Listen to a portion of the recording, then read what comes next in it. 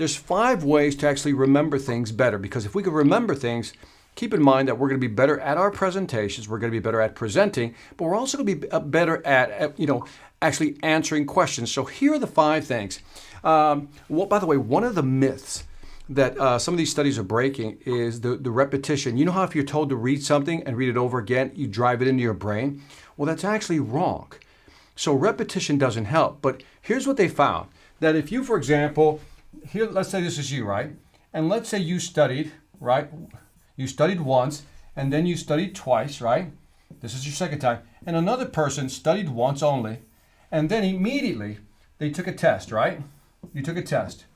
What they found is that this group actually did much better, which kind of makes sense, right? They reviewed the material twice, then they took the exam, they read the material once, then they took the exam. So one would assume, and it makes sense, that this person right here would probably get better grades or better scores. But then they did something interesting. What they then did, instead of giving the test right away, what they did is they spaced it out. Let's say 2 weeks later. 2 weeks later, right? So 2 weeks later go by, 2 weeks go. Now, which one do you think scored higher? It's a good question to ask you guys. Which one do you think scored higher? Do you think number 1 scored higher, or do you think number 2 scored higher? Which one do you think scored higher? Come on, hit me with a 1 or hit me with a 2. By the way, King Harry asked me, is my wife okay with the 9 p.m. stream? I think she is. But thank you, man. Appreciate you. What do you think, 1 or 2? After 2 weeks, remember, this person studied once, reviewed the material twice. This person did just once, and then 2 weeks later, they took the exam. Who do you think did the best? If you answered 1, you're wrong. If you answered 2, you're wrong. They found no difference. This was interesting. See, the people were able to retain the information. It's like when you cram for an exam. They were able to cram for a while and retain the information. But over time, it was almost the same as if you only read it once, because they forgot the information. So cramming doesn't work. So when in these different studies, we're trying to figure out how do people learn. And I'm going to give you 5 tips that I extracted from them to help you retain more, because the key is not remembering right, as soon as you have to take a test and just remembering right there and then. Sometimes you want to retain the information to be able to recall the information. So here are 5 tips to be able to retain more information over a long period of time. But I wanted to share this with you because I thought, as I'm really studying memory, as a couple of you pointed out already, I've been on this memory thing because it's really about retention and how we remember things and what we remember. So if you need to learn something, remember, cramming for something, if you got to take the test the next day, yeah, it'll work for the next day. But a month from now, you're not going to remember the information. I'm really learning a lot from your videos. Thank you for sharing your talent. During a phone interview, what would you say as an opener so they will remember you? So, Mia, the short answer is you should join my Sales Velocity Academy. Got a lot of content there. But nonetheless, let me answer your question, because you want to become memorable as an opener so they will remember you. So the question is, how do you become memorable? All right, because that's it.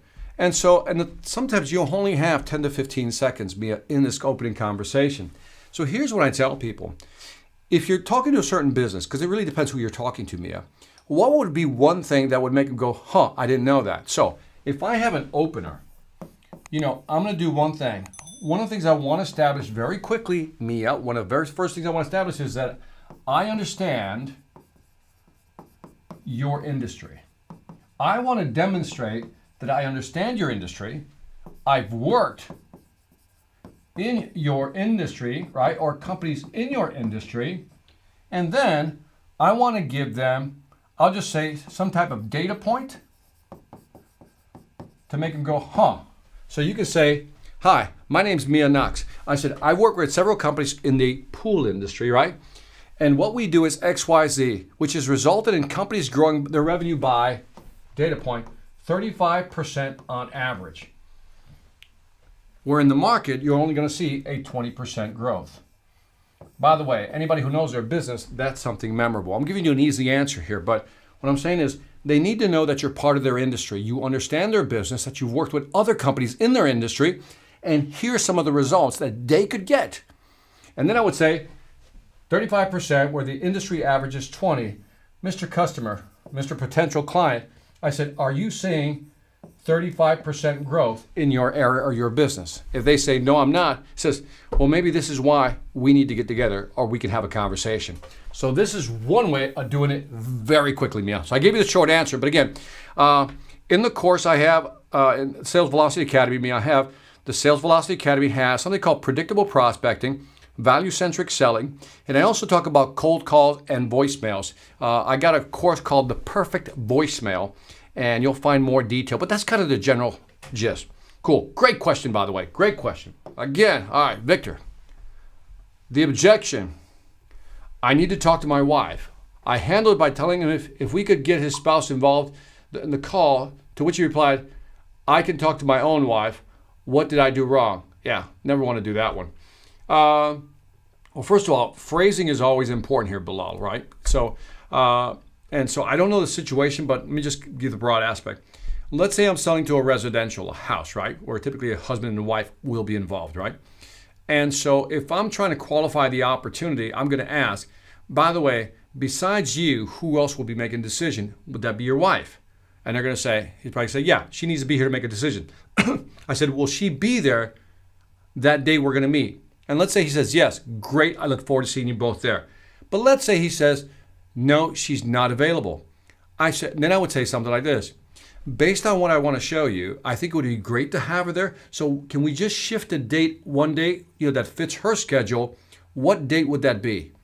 If we could get you both there, what day or time would that be for you? And now he has to give you a date or time, right? And you're trying to get the person there. So that's how I would do it. It's all phrasing, it's all wording. But good question though. Never interrupt, right? And never talk to strangers. Never interrupt, never talk to strangers. And so that's got to be sitting back here somewhere. Somewhere back here, it's got to be sitting like, I don't want to interrupt them. It's so rude. And I was taught never interrupt strangers, right? And so that may be one of the reasons we want to not call. But so now that we've labeled that, let's call that the interrupt stranger effect. Keep in mind that if you really care about your customers and you have a product or service that you know will help their business, wouldn't you want to interrupt them? It says, hey, if you saw a friend about to make a bad decision, a good friend of yours about to make a bad decision, a bad bet, so to speak, a bad move, wouldn't you say, look, I think you need to think about this before you pull the trigger on that? You would interrupt them. So think about it this way, that if you understand that you're there to help clients, which that should be your mindset, you're there to help clients. And because you're there to help clients with your product or service, then it's okay to interrupt them, especially if you have some value. So that would be step number one. Don't be afraid to interrupt strangers, especially when you have value. And I'll dig deeper into that one.